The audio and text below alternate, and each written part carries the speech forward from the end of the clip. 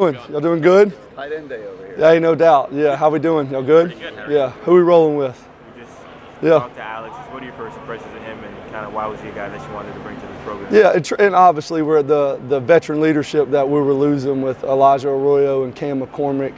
Alex obviously having over almost 2,000 snaps of college football, right? He's coming to stabilize the room a little bit with a bunch of young guys coming in. So he's brought a very good veteran professional leadership to the room, and obviously his very productive player too, so we're looking forward to him continue to build and develop, and he's just now scratching the surface with us, so excited to have him. He was talking about working with you on his blocking. Just how have you seen him progress, and what does he have to do to get better at that? Truthfully, he just got to keep just working the base fundamentals, right? Playing with a great base and hands inside, pad level, all the stuff that coaches always preach. But truthfully, when you get out there and you got to block the guys we block every day on Green Tree, it's going to make you better, right? So I think that's probably the one curve for him right now is, obviously Tulane, where he came from, is the school he came from is an unbelievable school, but you see Akeem Mesidor out there that's been playing football for 6-7 years, and as good as he is, and the other edge guys that we have, I mean, that's a learning curve for anybody. So just that base fundamentals of the technique that will create leverage for him to allow him to get out there and be successful. So how much do you think that he could be a weapon like in the red zone? He had like 7 touchdowns last year, not a ton of passing or receiving yards, but had a bunch of touchdowns. How much is he a threat? Oh, he's awesome. He can stretch the field vertically. He's really savvy, getting in and out of breaks, and understanding second level releases, and he can really high point the football. If you look at his length, that's something that one of his dominant traits, his ability to go up and high point it is pretty special. So looking forward to be able to utilize that, and so really excited for that.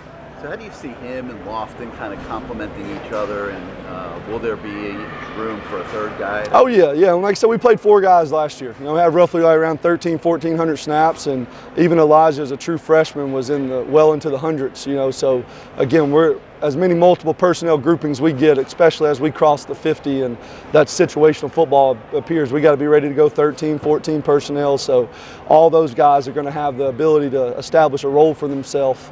So it's just truthfully, it's an open competition right now to see who's going to step up and develop into that role. So kind of talk about Elijah. How fun is it to have a guy that can do so many things as a tight end coach? Yeah, I mean, truthfully, I've told a lot of people this. He is one of the most unique players that he is the most unique player I've ever coached up to this point in my career. And outside of his athletic ability, truthfully, the leadership that he's already established as a true sophomore and the respect that he's earned throughout the program just because of his diligent hard work, that speaks for itself, right? That's really, to me as a coach, what I'm most proud about is how he handles his business and how he approaches every day on the field, because athletically he's blessed, right? So, and again, as a coach, man, he's a Swiss Army knife, so you can use him and you can put him in multiple different ways, creates a lot of different matchups, so super excited to him to keep developing and keep pushing himself, so it's going to be a fun year for him, I think. How have you seen him? What has he improved on the most or developed the most in since maybe this time last year? At the line of scrimmage. Just understanding that, again, he has super long arms from a length standpoint, but obviously he's not the tallest guy, so he's going to have to learn how to play with that leverage and utilize that. So just understanding at the point of attack from a hand usage standpoint, because he's as strong as they come too. So just utilizing and maximizing that power, especially that he has in his lower body. And his hand usage in the run game's been superb throughout spring football. So he's continuing to learn and develop on that aspect of it. You guys brought in Jack Nickel.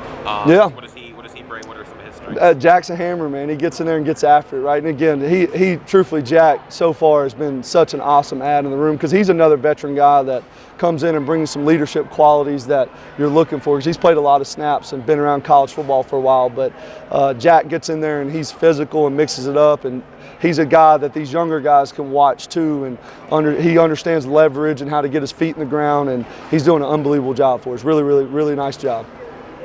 Brock Schott and Luka Gilbert, how they look so far, and what are their ceilings? Yeah, the Scott, truthfully, is as high as they want it to be. They got a long ways to go, but those 2 guys, from an intangible standpoint, athleticism, they check all the boxes. They're exactly who we thought they were while we were recruiting. 2 high-level guys that, again, they're very young and they have to understand how to play football at this level, again, from all the technical and fundamental aspects of it. But, again, those 2 dudes, the sky's the ceiling, right? I mean, it's as high as they want it to be. So, again, they just got to keep learning. They're not where they want to be right now, and most guys aren't, right? So they just got to keep pushing and challenge each other and accept that challenge each day, and they can be as good as they want to be honest. So How much do you think maybe Brock playing defensive end as well has helped him develop and helped him learn, how to block basically, how to block? Yeah, 100%. Yeah, it's hand usage is what he's kind of. When you're on the defensive side of the football, your hand usage is typically a lot better developed versus a guy that just strictly played offense. So that's one thing that you could tell he's very natural with that part of it. So just for him, it's just learning to get his cleats in the ground, because that's the difference between offense and defense, right? You're trying to create an extension on defense, and offense, we're trying to get under you and lift you. So just kind of reversing that aspect from a lower body mechanics, that's kind of his biggest growing point right now. But his hand usage has been really good, and I think that's what you typically see with defensive guys that can play both ways. So I jokingly asked Shannon Dawson, did you guys have to fight Jason Taylor for which side of the ball Brock would play on? Yeah, well, there was some arguments early in kind of the recruiting process, but I think when Brock kind of decided he was a tight end, so that kind of made it a little easier for us, though. So when it comes to recruiting, what are you kind of looking for physically and mentally? Yeah, right now we kind of have, two separate positions in our room, right? We got the bigger body, right? That's our T, right? So you got to have a guy that has dominant traits at the line of scrimmage, and our F is a guy that has to be able to stretch the field vertically. And truthfully, in our offense, as good as we are throwing the football, like, you got to be able to do everything, right? Again, we don't just limit ourselves. We're looking for the most athletic guys that can do everything.